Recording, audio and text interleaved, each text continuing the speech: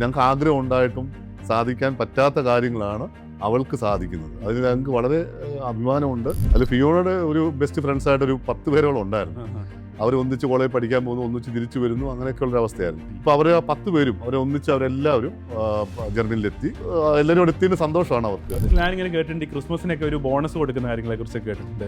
അതൊക്കെ എത്രത്തോളം എമൗണ്ട് ഒക്കെ കിട്ടും നമുക്ക്? അത് ഞങ്ങൾ അതിശയിച്ച് വണ്ടടിച്ചു പോയി. കാരണം ഇത്രയും നല്ലൊരു എമൗണ്ട് അതിന് എക്സ്ട്രാ കൊടുക്കുകയാണല്ലോ. നമ്മുടെ ജീവിതത്തിലൊക്കെ ഏറ്റവും വലിയ ട്രാൻസ്ഫോർമേഷൻ സംഭവിക്കുക നമ്മൾ ഉറച്ച ഒരു തീരുമാനം എടുക്കുന്നതിലൂടെയാണ്. അങ്ങനെ ഉറച്ച ഒരു തീരുമാനം എടുത്തതിലൂടെ ലൈഫിൽ ഏറ്റവും വലിയ ട്രാൻസ്ഫോർമേഷൻ സാധ്യമായിട്ടുള്ള ഒരു കുട്ടിയുടെ കഥ ആണ് നമ്മൾ സംസാരിക്കുന്നത്. ഫിയോണ ഹൗസ് ബിൽഡിംഗ് പ്രോഗ്രാം ചെയ്യാനായിട്ട് ഇപ്പോൾ ജർമ്മനിയിലാണുള്ളത്. എഡ്യൂപ്ലെയറിൽ ജർമ്മൻ ഭാഷ പഠിച്ച് പ്രോസസ്സിങ് ചെയ്ത് ജർമ്മനി പോയിട്ടുള്ള ഒരാളാണ്. ഫിയോണയുടെ ഫാദറാണ് നമ്മളോട് സംസാരിക്കുന്നത്. Welcome Vincent. Thank you. നമ്മൾ ഹൗസ് ബിൽഡിംഗ് എന്ന് പറയുന്ന ഒരു പ്രോഗ്രാമിനെ കുറിച്ച് കുറേ കാര്യങ്ങൾ കേട്ടിട്ടുണ്ട്. ട്രാൻസ്ഫോർമേഷൻ ഉണ്ട് എന്നൊക്കെയുള്ള നമ്മൾ യൂട്യൂബിലും പല വീഡിയോസിലും കണ്ടിട്ടുണ്ട്. അപ്പം ഹൗസ് ബിൽഡിംഗ് എന്ന് പറയുന്ന പ്രോഗ്രാം ഈ ഒരു കുടുംബത്തിൽ കൊണ്ടുവന്നിട്ടുള്ള ഒരു ട്രാൻസ്ഫോർമേഷൻ എന്താണ്? ഞാൻ കുറച്ച് സാമ്പത്തികമായിട്ട് ഡൗൺ ആയി നിന്ന സമയത്താണ് മോളോട് പഠിക്കാനൊക്കെ പോകുന്നതും പിന്നീട് ജർമ്മനിക്ക് പോകുന്നതും. പക്ഷെ പതുക്കെ ഈ മോൾക്ക് 21 വയസ്സേ ആയിട്ടുള്ളൂ. ആ ഒരു പ്രായത്തിൽ അവളുടെ സ്റ്റൈഫൻഡ് 1 ലക്ഷം രൂപ സ്റ്റൈഫൻഡ് കിട്ടുന്നുണ്ടല്ലോ. അപ്പോൾ അതിൽ നിന്ന് അവൾ നല്ലൊരു എമൗണ്ട് ഞങ്ങൾക്ക് തന്ന് ആ ചെറിയ പ്രായത്തിൽ ഞങ്ങളെ ഒന്ന് താങ്ങി പിടിച്ച് ഞങ്ങളെ ഒന്ന് ലൈഫിൽ ഞങ്ങളെ ഒന്ന് സെക്യൂർ ആയിക്കൊണ്ടിരിക്കുകയാണ് മോളിപ്പം. സാമ്പത്തികമായിട്ടാണേലും ഒക്കെ കുറച്ചൊന്ന് മെച്ചപ്പെട്ട് വരുന്നുണ്ട് മോള് പോയതിന് ശേഷം. അതിന് പ്രൗഡാണ് കാര്യത്തിൽ. ഓക്കെ, തീർച്ചയായിട്ടും സാമ്പത്തികം എന്ന് പറയുന്നത് ഈ ഒരു പ്രോഗ്രാമിൻ്റെ ഏറ്റവും അട്രാക്റ്റീവ് ആയിട്ട് ഫാക്ടർ തന്നെയാണ്. പക്ഷേ അതിനേക്കാൾ ഉപരിയായിട്ട് നമുക്ക് ഹാപ്പിനെസ് തരുന്ന വേറെയും കുറേ കാര്യങ്ങൾ ഉണ്ടാവില്ലേ? അപ്പം ആസ് എ പേരൻറ്റ് അങ്ങനത്തെ വേറെ ഇപ്പം അവളുടെ ലൈഫിലുണ്ടായ ട്രാൻസ്ഫോർമേഷൻ ഉണ്ട്, നമ്മുടെ ഫാമിലിയിൽ ഉണ്ടായിട്ടുള്ള മാറ്റങ്ങളുണ്ട്. അപ്പോൾ അതിൽ വേറെയും സന്തോഷം തരുന്ന കാര്യങ്ങൾ എന്തൊക്കെയാണ്? മോളാണെങ്കിൽ ഒരു ഷൈ ആയിട്ടുള്ള ഒരാളായിരുന്നു. അങ്ങനെ പബ്ലിക്കിലൊന്നും അങ്ങനെ പോയി സംസാരിക്കുക അല്ലെങ്കിൽ ഒരുപാട് അങ്ങ് സംസാരിക്കുന്ന ആളല്ലായിരുന്നു. പക്ഷേ എഡ്യൂഫ്ലൈവിൽ പഠിക്കാൻ വന്ന ആ സമയം തൊട്ടേ അവൾക്ക് ചേഞ്ചിങ് വന്നു. അത് കഴിഞ്ഞ് ഒരു വർഷം അവിടെ അസിസ്റ്റൻറ്റ് ഫാക്കൽറ്റി ആയിട്ട് വർക്ക് ചെയ്യുകയൊക്കെ ചെയ്തിരുന്നു. അപ്പോഴത്തേക്ക് അവൾ നന്നായിട്ട് സംസാരിക്കാനൊക്കെ പഠിച്ചു. പിന്നെ അതിനുശേഷം ജർമ്മനി പോയതിന് ശേഷം ഒരുപാട് വ്യത്യാസങ്ങൾ അവളുടെ ലൈഫിൽ വന്നിട്ടുണ്ട്. അവൾക്ക് ഇൻഡിപെൻഡൻ്റ് ആയിട്ട് ജീവിക്കാൻ അവൾ പഠിച്ചു. ഓക്കെ, അവൾ കുക്കിംഗ് പഠിച്ചു, നന്നായിട്ട് സംസാരിക്കാൻ പഠിച്ചു. അങ്ങനെ എല്ലാ രീതിയിലും ഒരുപാട് ചേഞ്ചസ് അവൾക്ക് വന്നിട്ടുണ്ട്. അതൊരു ഗ്യാപ്പ് ഫീൽ ചെയ്യുന്നുണ്ട്. നമ്മൾ വീഡിയോ കോളിലൂടെയൊക്കെ ഡെയിലി കണക്ട് ചെയ്യുന്നുണ്ടാവും. അപ്പോൾ എനിക്ക് തോന്നുന്ന ആ ഒരു ഗ്രോത്ത് നിങ്ങൾ കണ്ടുകൊണ്ടിരിക്കുകയാണ് അല്ലേ, ആ ഒരു മാറ്റങ്ങൾ കണ്ടുകൊണ്ടിരിക്കുകയാണ്. അപ്പം പേരൻസ് നിങ്ങൾ രണ്ടുപേരും ഹാപ്പി അല്ല ആ ഒരു കാര്യത്തിൽ? തീർച്ചയായിട്ടും. നമുക്കാണെങ്കിലും ഇപ്പം വീഡിയോ കോൾ ചെയ്യുന്നത് കൊണ്ട് നമുക്ക് ഒത്തിരി ദൂരെയാണെന്നോ അല്ലെങ്കിൽ നമ്മുടെ കൂടെ ഇല്ല എന്നുള്ളൊരു ചിന്ത വരുന്നില്ല. കാരണം ഒരു രാവിലെ എഴുന്നേൽക്കുമ്പോഴേ ഈ വീഡിയോ ഓൺ ചെയ്ത് വെച്ചിരിക്കുകയാണ്. ഓക്കെ, അവർ കുക്കിംഗ് ചെയ്യുകയാണെങ്കിലും അവർ പഠിക്കുകയാണെങ്കിലും അവർ ജോലിക്ക് പോകാനും ആ കോളേജിൽ പോകുന്ന സമയത്ത് മാത്രമേ ഉള്ളൂ വീഡിയോ ഓഫ് ആകുന്നത്. പിന്നെ രാത്രിയൊക്കെ ആണെങ്കിലും എപ്പോഴും ഞങ്ങൾക്ക് വീഡിയോ കോളിൽ ഞങ്ങൾ കണ്ടുകൊണ്ടിരിക്കുകയാണ്. അപ്പം നമ്മുടെ അടുത്ത റൂമിൽ അവരിയ്ക്കുന്ന ആ ഒരു ഫീല് മാത്രമേ നമുക്കുള്ളൂ. അല്ലാതെ ഒരു ഇത്രയും ദൂരം ജർമ്മനിയിലാണെന്നുള്ളൊരു വരുന്നില്ല. കാരണം എപ്പോഴും സംസാരിക്കാൻ സാധിക്കുന്നുണ്ട്, നേരിട്ട് വീഡിയോ കോൾ ചെയ്യാൻ കാണുന്നുണ്ട്. അതുകൊണ്ട് നമുക്ക് അത്ര വലിയൊരു മിസ് ചെയ്തായിട്ട് തോന്നുന്നില്ല. സ്റ്റാർട്ടിങ് കുറച്ച് ബുദ്ധിമുട്ടുണ്ടായിരുന്നു. ഫസ്റ്റ് പോയപ്പോൾ ആ ഒരു മോളാണ്. പക്ഷെ പിന്നീട് ഇപ്പം നമുക്ക് അതൊരു ശീലമായി. അതുകൊണ്ട് പിന്നെ വലിയൊരു കുഴപ്പം ഇപ്പം ഫീൽ ചെയ്യുന്നുണ്ട്.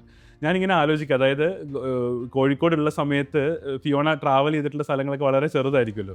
ഇപ്പം നമ്മൾ സംസാരിക്കുന്നത് ലക്സംബർഗ് പോകുന്നതിനെ കുറിച്ചിട്ട്, പാരീസ് പോകുന്നതിനെ കുറിച്ചിട്ടൊക്കെയാണല്ലോ. അപ്പം ഫിയോണ ഹാപ്പിയാണെന്ന് എനിക്കറിയാം തീർച്ചയായിട്ടും അങ്ങനെ ചെയ്യുന്നതിൽ.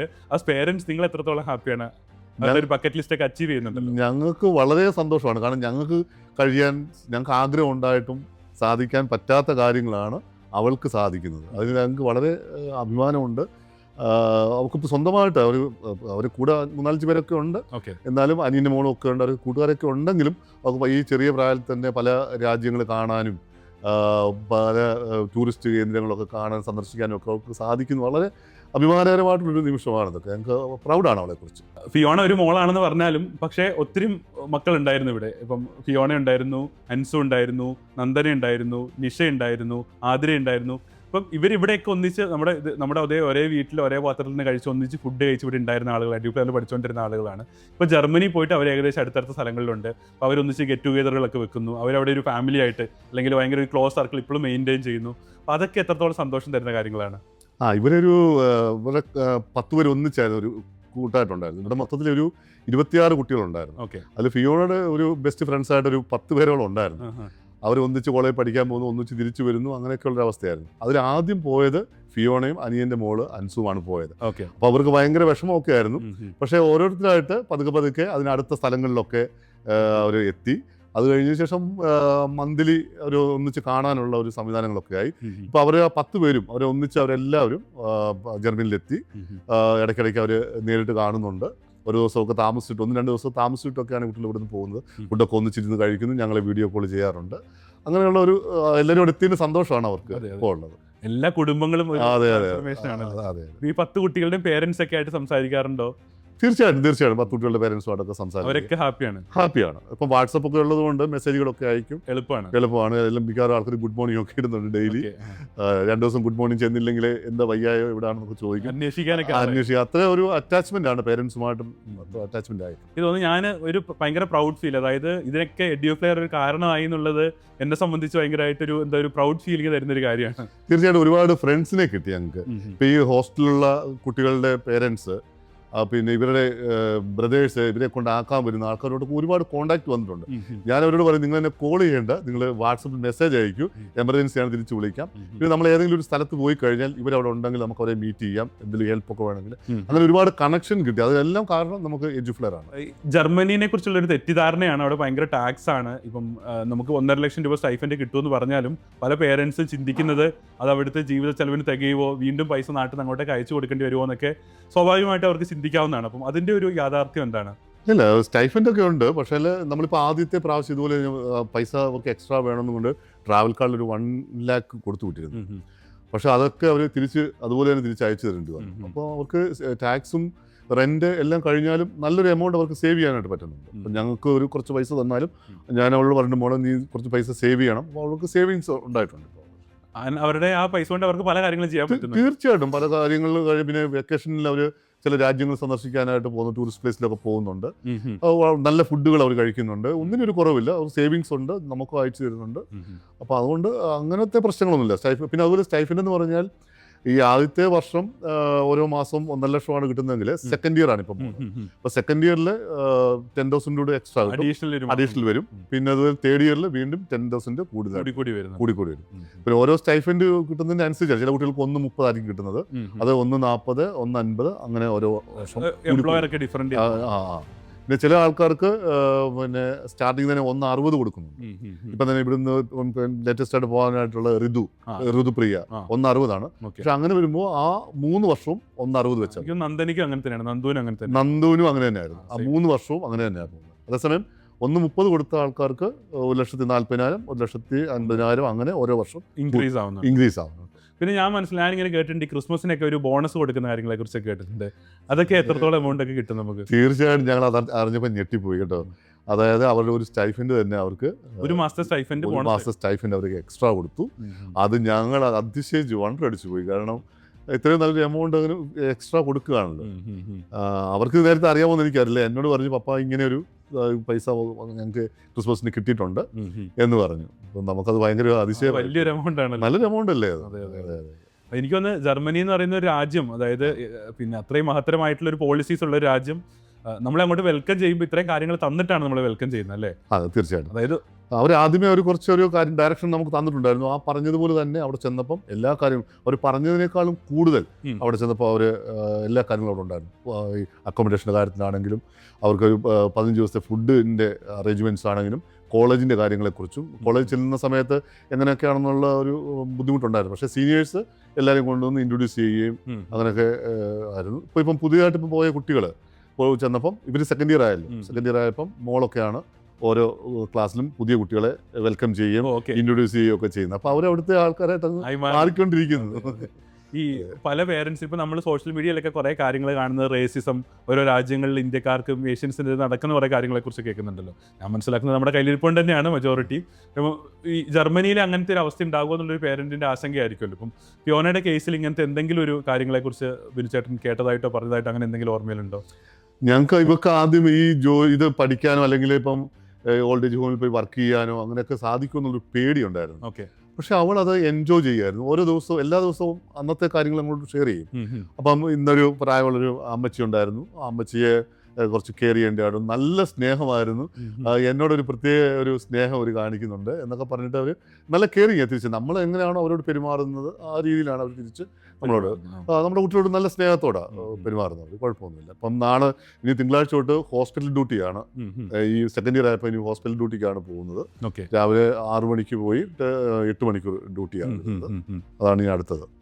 കാര്യങ്ങളൊക്കെ വളരെ ഭംഗിയായിട്ടാണ് പോകുന്നത്. തീർച്ചയായിട്ടും ഒരുപാട് പ്രാക്ടിക്കൽ നോളജ് അവർക്ക് കിട്ടി. നമ്മുടെ ഇവിടെ നേഴ്സിംഗ് പഠിക്കുകയാണെങ്കിൽ അവർക്ക് അനാട്ടമി, ഫിസിയോളജി അങ്ങനെ ഒരുപാട് കുത്തിയിരുന്ന് പഠിക്കുകയും എഴുതുകയൊക്കെ ചെയ്യേണ്ട കാര്യങ്ങൾ. പക്ഷേ ഇതൊക്കെ ഒരു ദിവസം പൾസ് എടുക്കാൻ വേണ്ടി പഠിപ്പിക്കുന്നു, ഒരു ദിവസം BP എടുക്കാൻ പഠിപ്പിക്കുന്നു, ടെമ്പറേച്ചർ എടുക്കുക, അങ്ങനെ ഓരോ ദിവസവും ഓരോന്ന് പഠിപ്പിച്ച് അതിൻ്റെ പ്രാക്ടിക്കൽ, അതിൻ്റെ എക്സാമും. പിന്നെ ഏറ്റവും വലിയൊരു സന്തോഷം എന്ന് പറഞ്ഞാൽ ഫസ്റ്റ് ഇയറിൽ മോൾക്ക് നല്ല മാർക്കോട് കൂടിയാണ് ഫസ്റ്റ് ഇയർ പാസ്സായിരിക്കുന്നത്. കാരണം അവിടെ നമ്മുടെ ഇവിടുത്തെ പോലെ റാങ്കോ അങ്ങനത്തെ കാര്യങ്ങളല്ല, ഒരു പോയിന്റാണ്. 1, 2 അങ്ങനെ 5 വരെയുള്ളൊരു പോയിന്റാണ്. അപ്പം നമ്മുടെ ഇവിടുന്ന് പോയ കുട്ടികൾ ചില കുട്ടികൾക്ക് 3.5, 2.5 കിട്ടി. പക്ഷെ മോൾക്ക് 1 ആണ് ഏറ്റവും ഹയസ്റ്റ്. അത് മോൾക്കും അതിൻ്റെ മോൾക്കും അങ്ങനെ കിട്ടിയിട്ടുണ്ട്. അതുകൊണ്ട് അതിലും ഒത്തിരി സന്തോഷമുണ്ട്. തീർച്ചയായിട്ടും വളരെ സന്തോഷമാണ്. നമ്മുടെ നാട്ടിലെ ഒരു സിറ്റുവേഷൻ ഒക്കെ വെച്ചിട്ട് ഒരു 25 വയസ്സായാൽ പോലും ഒരു കുട്ടികളെ സെറ്റിലായി നമുക്ക് പറയാൻ പറ്റില്ല. അപ്പം പല പേരൻസിന്റെ ആശങ്ക 25, 26, 27 ഒക്കെ ആയാലും ഇനി എന്ത് ചെയ്യും, ഇവനോടെ ഒരു കരയ്ക്ക് എത്തുമോ എന്നൊരു ടെൻഷൻ തീർച്ചയായിട്ടും പേരൻസിന് ഉണ്ടാവുമല്ലോ. അപ്പം ഫിയോണ ഇപ്പോൾ 21 വയസ്സായി, 1-2 വർഷത്തോളമായി ജർമ്മനിൽ ഹൗസ് ബിൽഡിംഗ് ചെയ്ത് കാര്യങ്ങളൊക്കെ ഭംഗിയായിട്ട് പോവാണ്. അപ്പം ഇത്തരത്തിലുള്ള ഒരു ടിപ്പിക്കൽ പേരന്റിന്റെ ആശങ്കകൾ എന്തെങ്കിലും മിനിച്ചേട്ടനുണ്ടോ? ഞങ്ങൾക്ക് ഒരു ആശങ്കയില്ല. കാരണം അവളൊരു സേഫ് ആണ്. ഇപ്പോൾ അവിടെ അവൾക്ക് സാമ്പത്തികമായിട്ടും സേവിങ്സ് വരുന്നുണ്ട്, ഞങ്ങളെ സഹായിക്കുന്നുണ്ട്. അപ്പം ഞങ്ങൾക്ക് ഇനി അവളെക്കുറിച്ച് വലിയൊരു ആശങ്കയില്ല. പക്ഷേ ഞങ്ങൾക്ക് ഈ പറഞ്ഞ പോലെ ഈ ചെറിയൊരു പ്രായത്തിൽ ആദ്യമൊക്കെ അവളുടെ പൈസ വരുമ്പോൾ എനിക്കൊരു പേടിയായിരുന്നു. ഞങ്ങൾക്ക് കുഞ്ഞാണല്ലോ. അപ്പോൾ ഈ കുഞ്ഞു പ്രായത്തിൽ അവളുടെ പൈസ വാങ്ങിക്കുന്നത് ഇത് മോശമാണോ, ഇത് ശരിയാകണോ? ഞാൻ ആദ്യമോട് പറഞ്ഞു അങ്ങനെയല്ല, നിനക്ക് സേവിങ്സ് വെച്ചോളൂ, പൈസ വേണ്ടെന്ന് പറഞ്ഞു. പക്ഷെ അവൾ ഉടനെ എൻ്റെ അക്കൗണ്ടിലേക്ക് പൈസ ഇട്ട് തന്നു. പിന്നെ അതൊരു അവൾക്ക് നല്ലൊരു കോൺഫിഡൻസ് ഉണ്ട്. ഇപ്പം എന്താണെന്നറിയില്ല, ഇനി അവൾ ജീവിച്ചോളും, ഞങ്ങളില്ലെങ്കിൽ പോലും അവൾ ജീവിച്ചോളും, അങ്ങനെ ഒരു ധൈര്യം ഞങ്ങൾക്കുണ്ട്. അതുകൊണ്ട് അവളുടെ ലൈഫ് സാധാരണ ഇപ്പം നമുക്ക് നേഴ്സിംഗ് ഒക്കെ പഠിക്കുകയാണെങ്കിൽ 3-4 വർഷം കഴിഞ്ഞ് ഇന്റേൺഷിപ്പ് എല്ലാം കഴിഞ്ഞ് വന്നിട്ട് ഒരു 10-26 വയസ്സൊക്കെ ആയി കഴിയുമ്പോഴാണ് അവർക്ക് ചെറിയൊരു എമൗണ്ട് കിട്ടുന്നത്. ഇതിപ്പോൾ അവർക്ക് ഒരു 20-21 വയസ്സിൽ തന്നെ അവർ ഇത്രയും പൈസ ഏൺ ചെയ്യാൻ തുടങ്ങി. സാമ്പത്തികമാണ് ഒരു മനുഷ്യന്റെ അടിത്തറയെന്ന് പറയുന്നത്. തീർച്ചയായിട്ടും വേണം. അപ്പോൾ അത് ആയിക്കഴിഞ്ഞാൽ പിന്നെ അവർക്കൊരു ധൈര്യമാകും, നമുക്കും ഒരു ധൈര്യമാകും. ഇനി അവരങ്ങ് ജീവിച്ചോളൂ. അവരെ പറ്റി ഒരു ആശങ്ക ഞങ്ങൾക്കില്ല. അപ്പോൾ എനിക്ക് തോന്നുന്നു ജർമ്മൻ ലാംഗ്വേജ് പഠിച്ച് ജർമ്മനി പോകാൻ തയ്യാറെടുക്കുന്ന ഏതൊരു കുട്ടികളുടെ പേരൻസ് ആണെങ്കിലും വൺസ് ഈ പ്രോഗ്രാമിലേക്ക് നമ്മൾ വന്നു കഴിഞ്ഞാൽ പിന്നെ മറ്റു ആശങ്കകൾക്കൊന്നും വകവെക്കേണ്ട കാര്യമില്ലല്ലേ? തീർച്ചയായിട്ടും അതിൻ്റെ ആവശ്യമില്ല. അത് സേഫാണ്. നമ്മൾ കണ്ടുകൊണ്ടിരിക്കുകയാണല്ലോ. നമ്മളിപ്പോൾ അത്ര ദൂരമാണെന്ന് പറഞ്ഞാലും നമ്മുടെ അടുത്ത് നിൽക്കുന്ന പോലെ നമുക്ക് ഫീൽ ഉണ്ടാകുന്നത്. കാരണം ചില വീഡിയോ കോളിലൂടെ നമ്മൾ കാണുന്നുണ്ട്. അവർ കോളേജിൽ പോകുന്നതും വരുന്നതും അവർ പഠിക്കുന്നതും കുക്ക് ചെയ്യുന്നതും അവർ എല്ലാ കാര്യങ്ങളും നമുക്ക് കാണുന്നുണ്ട്. പിന്നെ അടുത്ത് പള്ളിയൊക്കെ ഉണ്ട്. അമ്പലത്തിൽ പോകേണ്ടവർക്ക് അമ്പലവും ഉണ്ട്, പള്ളിയും ഉണ്ട്, ജർമ്മനി എല്ലാം മോസ്കോ എല്ലാം ഉണ്ട് അവിടെ. അപ്പോൾ അതുകൊണ്ട് ആരുടെയും കാര്യത്തിൽ ഇടപെടുന്നില്ല. അവരോട് കാര്യങ്ങൾ നോക്കി ജീവിക്കുന്നു, ജോലി ചെയ്യുന്നു, പഠിക്കുന്നു, തിരിച്ച് വീട്ടിൽ വരുന്നു, കുക്ക് ചെയ്യുന്നു. അങ്ങനത്തെ ഒരു ലൈഫാണ് അവിടെ. അതുകൊണ്ട് ഒന്നുകൊണ്ട് പേടിക്കേണ്ട ആവശ്യമില്ല. എനിക്ക് തോന്നുന്നു നമ്മുടെ നാട്ടിലൊക്കെ കുട്ടികൾക്ക് മോർ ദാൻ ഫിനാൻസ്, പക്ഷെ ഇങ്ങനത്തെ ഒരു കോൺസെപ്റ്റ് ഉണ്ടല്ലോ, അതായത് മറ്റുള്ള ആളുകൾ തലയിട്ട് നോക്കുക, അതൊക്കെ ഇവർക്കൊരു ഡിസ്കംഫർട്ട് ആണല്ലോ. ജർമ്മനിയിലൊന്നും അങ്ങനത്തെ ഒരു സിസ്റ്റം ഇല്ലാന്നാണ് ഇപ്പോൾ വിനിച്ചേട്ടൻ. അങ്ങനത്തെ ഒരു കാര്യമില്ല. ആരുടെയും കാര്യം നോക്കുന്നില്ല. ഏത് ഡ്രസ്സ് ഇട്ടുകൊണ്ട് വേണേലും പോവാം, ഏത് കോലത്തിൽ വേണേലും പോവാം. അതുകൊണ്ട് ആരുടെയും കാര്യം നന്നായിട്ട് ജീവിക്കുക. ഇപ്പോൾ എവിടെയാണെന്ന് പറഞ്ഞാലും നമുക്ക് മോശമായിട്ട് ജീവിക്കണമെങ്കിൽ എവിടെ പോയാലും അങ്ങനെയാണ്. പക്ഷെ നന്നായിട്ട് ദൈവത്തെ അറിഞ്ഞ് ജീവിക്കുന്നവർക്ക് എവിടെ പോലും നന്നായിട്ട് ജീവിക്കാം. കാരണം ജർമ്മനി പോലുള്ള സ്ഥലങ്ങളിൽ ഞാൻ മനസ്സിലാക്കിയിട്ടുള്ളതെന്ന് വെച്ചാൽ അവിടെ ആരുടെയും കാര്യങ്ങൾ ഇടപെടുന്നില്ല. അവരൊരു ഇപ്പം നേരത്തെ പറഞ്ഞ പോലെ തന്നെ അവരവരുടെ ജോലി ചെയ്യുന്നു, അല്ലെങ്കിൽ പഠിക്കുന്നു, തിരിച്ചു വരുന്നു, അവരുടെ കാര്യങ്ങൾ നോക്കുന്നു. അതിനുള്ള ടൈമേ ഉള്ളവർക്ക്. വേറെ കാര്യങ്ങൾക്ക് സമയമില്ല. പിന്നെ പേരൻസിനെ 1-2 മണിക്കൂർ വിളിച്ച് സംസാരിക്കുന്നത്. അങ്ങനെ ആ ഒരു ദിവസം അവിടെ അങ്ങ് അവസാനിക്കുകയാണ്. ഓക്കെ. ഫിയോണയുടെ ലൈഫിലുണ്ടായ ട്രാൻസ്ഫോർമേഷൻ ഞാൻ 1.5 വർഷമായിട്ട് ഞാൻ പേഴ്സണലി കണ്ടുകൊണ്ടിരിക്കുകയാണ്. അവരുടെ ലൈഫിലുണ്ടായ ഫിയോണയുടെ കൂട്ടുകാരുടെ ഒക്കെ ജീവിതത്തിലുണ്ടായ വലിയ ട്രാൻസ്ഫോർമേഷൻ നമ്മളെല്ലാവരും കണ്ടുകൊണ്ടിരിക്കുകയാണ്. ഞങ്ങൾ എഡ്യൂഫെയറിലുള്ള എല്ലാവരും കണ്ടുകൊണ്ടിരിക്കുകയാണ്. അപ്പം ഒരു പേരൻറ്റിൻ്റെ വേർഷനിൽ അത് എത്രത്തോളം, അതായത് എഡ്യൂഫെയറിൻ്റെ ഒരു പെർസ്പെക്റ്റീവിലല്ല, ഒരു ഫിയോണയുടെ ഫാദറിൻ്റെ പെർസ്പെക്റ്റീവിൽ നിങ്ങളും അത് മനസ്സിലാക്കിയിട്ടുണ്ടാവും എന്ന് വിചാരിക്കുന്നു. അപ്പം ഫിയോണയുടെ പേരൻറ്റ് ഫിയോണയുടെ ട്രാൻസ്ഫോർമേഷൻ മാത്രമല്ല കണ്ടിട്ടുള്ളത്, ആ ഹോസ്റ്റലിൽ നിന്നിട്ടുള്ള 10-26 കുട്ടികൾ ജർമ്മനിയിൽ എത്തിയിട്ടുള്ള ആ ഒരു ട്രാൻസ്ഫോർമേഷൻ കണ്ടിട്ടുള്ള ഒരു പേരൻ്റാണ് നമ്മളോട് സംസാരിച്ചത്. അപ്പോൾ തീർച്ചയായിട്ടും അതുപോലത്തെ ഒരു ട്രാൻസ്ഫോർമേഷൻ നിങ്ങളുടെ ലൈഫിലും ഉണ്ടാകാനുള്ള ഒരു അവസരം, ഒരു ഓപ്പർച്യൂണിറ്റി നിങ്ങളുടെ മുൻപിലുണ്ട്. അപ്പം എന്താണ് അതിന് വിഘാതമായിട്ട് നിൽക്കുന്നത്? നിങ്ങളുടെ ഒരു ഉറച്ച തീരുമാനമാണ്. നിങ്ങൾ യെസ് എന്ന് പറയാനുള്ള ആ ഒരു ഉറച്ച മനസ്സാണ് നിങ്ങൾക്ക് ആവശ്യമായിട്ടുള്ളത്. അപ്പം ആ ഒരു ഉറച്ച തീരുമാനം എടുക്കുകയാണെങ്കിൽ, ഒരു യെസ് പറയുകയാണെങ്കിൽ തീർച്ചയായിട്ടും നിങ്ങളുടെ കുട്ടികളുടെയൊക്കെ ജീവിതം ഏറ്റവും വലിയ ഫിയോണയ്ക്കുണ്ടായതോ അതിനേക്കാളും ബെറ്റർ ആയിട്ടുള്ള രീതിയിലേക്ക് ട്രാൻസ്ഫോർമേഷൻ വരാനുള്ള ഓപ്പർച്യൂണിറ്റി നിങ്ങളുടെയൊക്കെ മുൻപിലുണ്ട്. അപ്പം അതിന് നിങ്ങൾക്ക് കഴിയട്ടെ, നിങ്ങളുടെ ലൈഫിനെ ട്രാൻസ്ഫോം ചെയ്യാൻ എഡ്യൂഫ്ലെയർ ഒരു കാരണമാവട്ടെ എന്ന് ഞാൻ ആത്മാർത്ഥമായിട്ട് ആഗ്രഹിക്കുകയാണ്. Thank you so much.